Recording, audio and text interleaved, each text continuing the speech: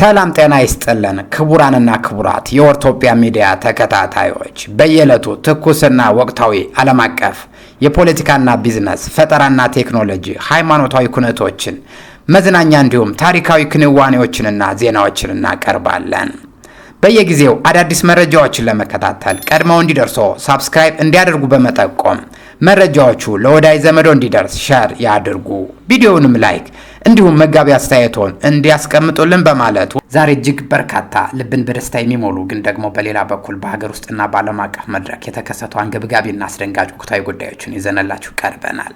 ከአሜሪካው ሚቺጋን ግዛት የተሰማው የኢትዮጵያውያን ታዳጊ ታላቅ የድል ዜና፣ በትግራይ ክልል አዲስ የተመሰረተው የሰላምና የለውጥ ምክር ቤት፣ በኢቢሲ ሰራተኛ ላይ የተወሰደው ያልተጠበቀ እርምጃ፣ በኦሮሚያ ክልል የተከሰተው አደገኛ የእገታ ድርጊት እንዲሁም ለኢትዮጵያውያን ትልቅ ብስራት የሆነው የአውሮፓ ህብረት የቪዛ ጉዳይ እንዲሁም ወደ ዓለም መድረክ በሳን ዲያጎ መስጂድ ላይ የተፈጸመው አሰቃቂ ጥቃት፣ የዶናልድ ትራምፕ የኢራንን ወቅታዊ ውሳኔዎች እንዲሁም በኬንያ የነዳጅ ዋጋ ጭማሪ ያስከተለው አስፈሪ ህዝብ ተቃውሞ፣ እነዚህን ሁሉ ዝርዝር ጉዳዮች በጥልቀት እናስደምጣችኋለን። እንደ ሁልጊዜው እስከ ፕሮግራማችን ፍጻሜ ድረስ አብራችሁን ቆዩ። በቅድሚያ ተቀዳሚ ወደምናደርገው መረጃ ስናል የኢትዮጵያ ታዳጊዎች በዓለም አቀፍ የሮቦት ሻምፒዮና ላይ ታላቅ ድል ተቀዳጅተዋል። በአሜሪካ ሚቺጋን ሎረንስ ቴክኖሎጂ ዩኒቨርሲቲ በተካሄደው የ2026 የሮቦ ፌስት ዓለም አቀፍ የታዳጊዎች የሮቦቲክስ እና ሰው ሰራሽ አስተውሎ ክህሎት ሻምፒዮና ላይ የኢትዮጵያው ተወካይ ቡድን ደማቅ ስኬት አስመዝግቧል።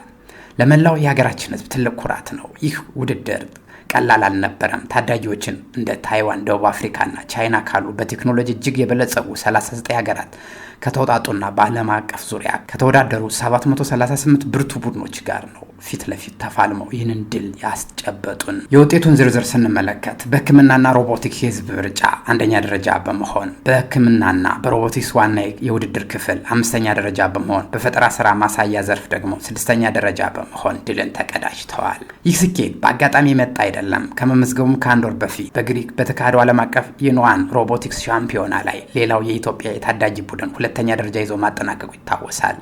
እነዚህን ተከታታይ ውጤቶች የታዳጊዎቻችን ዓለም አቀፍ ብቃትና ትጋት ከማሳየታቸውን በላይ ሀገራችን በቴክኖሎጂ ዘርፍ ያላትን ብሩህ ተስፋ በተግባር ያረጋገጡ ናቸው። በመቀጠልም በሀገር ውስጥ ፖለቲካ ትልቅ ትኩረት የሳበውን አዲሱ ወቅታዊ ዜና እናስቀድማችሁ። በትግራይ ክልል መሰረታዊ ለውጥ ለማምጣት ያለውን አዲስ ምክር ቤት ተመስርቷል። ስምረት ፓርቲን ጨምሮ በትግራይ ክልል ተመዝግበው የሚንቀሳቀሱ ባይቶና፣ አርያን ትግራይ፣ ተንሳኤ ሰብአ እንደርታና ሌሎች የፖለቲካ ፓርቲዎች እንዲሁም የሲቪክ ማህበረሰቦች በጋራ በመሆን የትግራይ ሰላምና ለውጥ ምክር ቤትን በአዲስ አበባ በይፋ ማቋቋማቸውን አስታውቀዋል። የስምሪት ፓርቲ ሚዲያና ኮሚኒኬሽን አስተባባሪ የሆኑት አቶ ብርሃኑ ገብረ ኢየሱስ ለቢቢሲ እንደገለጹት የለውጥ ፈላጊዎች እንቅስቃሴ የተባለ ይህ ኃይል በትግራይ መሰረታዊ ለውጥ ለማምጣት ላለፉት 7 ወራት በሚስጥር ሲመክር ቆይቷል። ምክር ቤቱ ይፋ ያደረጋቸውን 3 ዋና ዋና ዓላማዎችን ስናስደምጣችሁ በትግራይ ክልል በመፈንቅለ መንግስት ስልጣን የያዘው ቡድን በአጭር ጊዜ ውስጥ ከህዝቡ ጫንቃ ላይ ለማስወገድ፣ በመቀጠልም ይህ ቡድን ከስልጣን ሲወገድ ክልሉ ወደ አላስፈላጊ ትርምስ እንዳይገባ የሰላምና ጸጥታ መረጋጋት ስራዎችን መስራት፣ በመጨረሻም በክልሉ ውስጥ ሁሉንም የፖለቲካና የሲቪክ ማህበራትን ያካተተ አሳታፊ የሆነ አዲስ ስርዓት መዘርጋት ናቸው። አቶ ብርሃነ ካሁን በኋላ የትግራይ ህዝብ አሁን ባለበት ሁኔታ ረጅም ጊዜ መሄድ አይችልም ያሉ ሲሆን ክልሉ በመልካም አስተዳደር እጦት፣ በጸጥታ ችግርና በከፍተኛ የስራ አጥነት ጠቅላላ መስቀልቅል ውስጥ እንደሚገኝ ገልጸዋል። ይህ አዲስ ምክር ቤት በአንድ ወር ወይም እንደ እንቅስቃሴው ሁኔታ ጊዜ ሊያጥርም ወይም ሊረዝም በሚችልበት ፍጥነት ለውጥ ለማምጣት በትጋት እየሰራ መሆኑን አስታውቋል። ከነዚህ የለውጥና የደስታ ዜናዎች በስተጀርባ ግን በሀገር ውስጥ ያሉ ኢኮኖሚና ማህበራዊ ፈተናዎች አሁንም አሳሳቢነታቸውን ቀጥለዋል። በኢትዮጵያ ብሮድካስቲንግ ኮርፖሬሽን ኢቢሲ ውስጥ የተፈጠረው ወቅታዊ ሁኔታ በአገሪቱ እያደገ የመጣውን የኑሮ ውድነትና በዜጎችና በሰራተኞች ህይወት ላይ እያሳደረ ያለውን ከፍተኛ ጫና በግልጽ እያሳየ ክስተት ሆኗል። በቅርቡ በኮርፖሬሽኑ ሰራተኞች በሀገሪቱ ካለው የዋጋ ግሽበትና ኢኮኖሚ መናጋት ጋር ተያይዞ ኑሮ ከበደን፣ መኖር አቃተን የሚሉ የደሞዝ ማሻሻያና የተለያዩ የጥቅማ ጥቅም ጥያቄዎችን በይፋ ማንሳታቸው ተሰምቷል። እነዚህን ሰራተኞች ያጋጠማቸውን የኑሮ ፈተና ለተቋሙ የበላይ ኃላፊዎች ለማስረዳትና መፍትሄ ለመሻት በማሰብ ወደ ዋና ስራ አስፈጻሚ ቢሮ ለውይይት አቅንተው ነበር። ይሁን እንጂ ሰራተኞቹ ላነሱት አንገብጋቢና የሁሉና እንዲሁም የኑሮ ውድነትን ጥያቄ ከተቋሙ የተሰጠውን ምላሽ እጅግ አስደንጋጭና ያልተጠበቀ ሆኖ ተገኝቷል። ለሰላማዊ ውይይትና ለቅሬታ ሰሚነት ወደ ዋና ስራ አስፈጻሚው ቢሮ ካቀኑ ሰራተኞች መካከል የሰራተኞቹን ድምጽ በመወከል በግንባር ቀደምትነት የተንቀሳቀሱትን ጥያቄውን ያቀረቡትን ግለሰቦች ከስራ መታገዳቸው እና ሙሉ በሙሉ መባረራቸው ታውቋል። ይህ እርምጃ በኮርፖሬሽኑ ባልደረቦች ዘንድ ከፍተኛ ድንጋጤና ቅሬታ ፈጥሯል። ወደ ህዝብ ደህንነት ስጋት ስንመለስ ደግሞ ዛሬ የተፈራው ደርሷል። በኦሮሚያ ክልል በፍቼና ገብረ ጉራቻ መሃል አሊዶር ከተማ ወጣ ብሎ የታጠቁ ወንበዴዎች በአንድ የህዝብ ማመላለሻ አውቶቡስ ላይ ተኩስ ከፍተው ሁሉንም ተሳፋሪዎች ማገታቸው ተሰምቷል። በተኩሱ ጎማውና መስታወቱ በመምታት አስቁመውታል። ተሳፋሪዎቹንም አፍነው መውሰዳቸውን የሚገልጹ መረጃዎች ደርሰውናል። በተኩስ ምክንያት የባሱ ሹፌር የተጎዳ ሲሆን አውቶቡሱ ከፊትና በዙሪያው በጥይት ተመትቷል። ይህ የ43 ኪሎ ሜትር የመንገድ ክፍል የዘራፊ መፈንጫ መሆኑን የታወቀ ቁጥጥር አለመደረጉ የዜጎችን ህይወት አደጋ ላይ ጥሏል።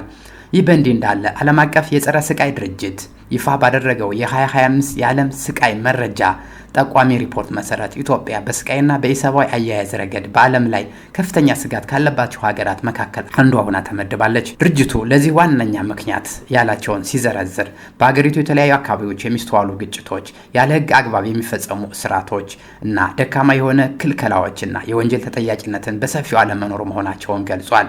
በተለይ በአማራ፣ በኦሮሚያ፣ በትግራይና በአፋር ክልል ውስጥ ይህ መሰል የሰብአዊ መብት ጥሰት አሁንም በከፍተኛ ደረጃ ስር ሰዶ እንደሚገኝ ሪፖርቱ በጥብቅ አስጠንቅቋል። አሁን ደግሞ ለሀገራችን ለኢትዮጵያና ለዜጎች እጅግ ታላቅና አስደሳች የሆነ ዜና አለን። የአውሮፓ ህብረት ምክር ቤት እንደ አውሮፓውያን አቆጣጠር በ2024 በኢትዮጵያ ዜጎች ላይ ጥሎት የነበረውን ጥብቅና ገዳቢ የቪዛ መመሪያ ሙሉ በሙሉ ለማንሳት መወሰኑን በይፋ አስታውቋል። ይህ ውሳኔ የተላለፈው ማዕቀቡ የተጣለበትን ዓላማና መሬት ላይ ያለውን ተጨባጭ የፖሊሲ ለውጥ በጥልቀት ከመረመረ በኋላ ሲሆን ከዚህ በኋላ የቪዛ አሰጣጥ ሂደት ወደ ቀድሞ መደበኛና የተቀላጠፈ አሰራር የሚመለስ ይሆናል ተብሏል። እንደ ህብረቱ መግለጫ ከሆነ ኢትዮጵያ በአውሮፓ ህብረት አባል ሀገራት ግዛት ውስጥ በህገወጥ መንገድ የሚገኙ ዜጎችን ማንነት መለየትና ዜጎቿንም በሰላማዊ መንገድ የመመለስ ሂደቶችን ለዘላቂነት በማደራጀት ረገድ ከፍተኛ ማሻሻል ማሳየቷን ለቪዛ ማዕቀቡ መነሳት ዋነኛው ምክንያት ነው ተብሏል። በዚህ አዲስ ውሳኔ መሰረት ላለፉት 2 ዓመታት ተጥሎ የነበረው ከባድ እገዳዎች ሙሉ በሙሉ ተነስተዋል። እገዳዎቹም ከአንድ በላይ መግቢያ፣ የቪዛ ፍቃድ የመስጠት እገዳ፣ የሰነድ ማስረጃዎች መስፈርትን ማጥበቅ፣ ለዲፕሎማቲክ እና ለአገልግሎት ፓስፖርት ባለቤቶች ይደረግ የነበረው የቪዛ ክፍያ ነፃ የሚያደርግ ስርዓት ነው የተመለሰው። ከዚህ ቀደም ከ15 ወደ 45 ቀናት አድጎ የነበረው የቪዛ ማመልከቻ ማቀነባበሪያ ጊዜ አሁን ወደ ቀድሞ የ15 ቀናት እንዲመለስ ነው የተደረገው። ወደ ዓለም አቀፍ መድረክ ስናመራ ደግሞ ፍጹም ያልተጠበቀ መረጃ ተጋልጧል።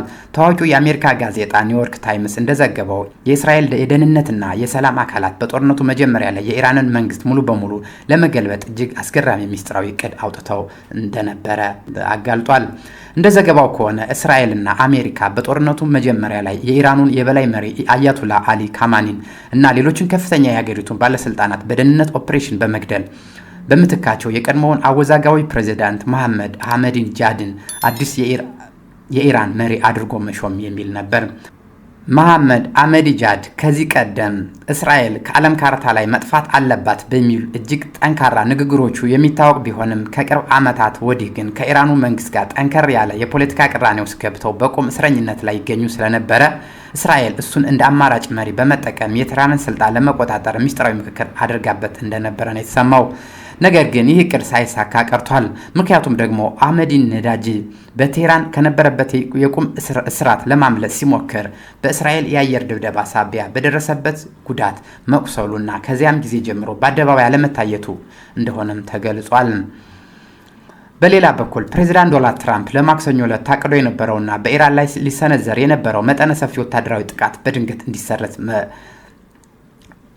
ማዘዛቸውን በይፋ አስታውቀዋል።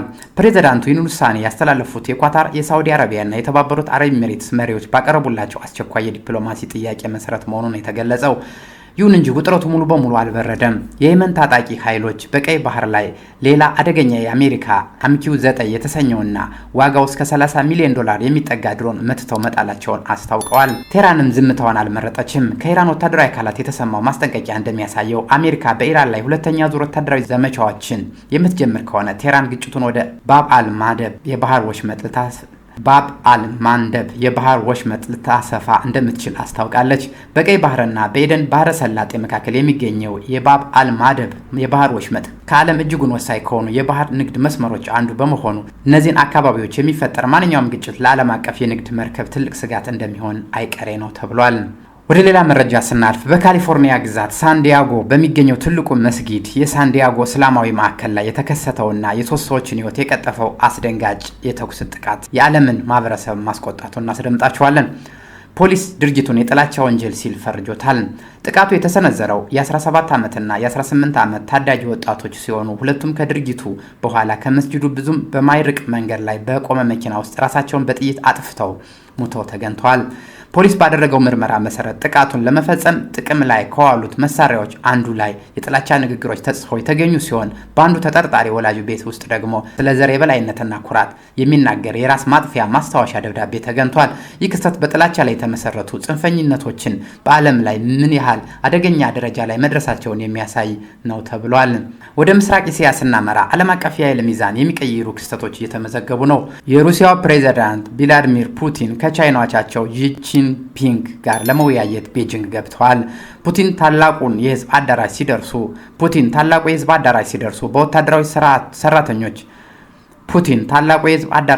በወታደራዊ ሰራተኞችና ባንዲራ በያዙ ህጻናት ደማቅ የቀይ ምንጣፍ አቀባበል ተደርጎላቸዋል። ይህ የፑቲን ጉብኝት ቻይና በተቀናቃኝ የዓለም ሀያላን ሀገራት መካከል ያላትን ስትራቴጂካዊ የሽምግልናና የኃይል ሚዛን ጠባቂነት ሚና ይበልጥ እንደሚያጎላው የፖለቲካ ተንታኞች ገልጸዋል።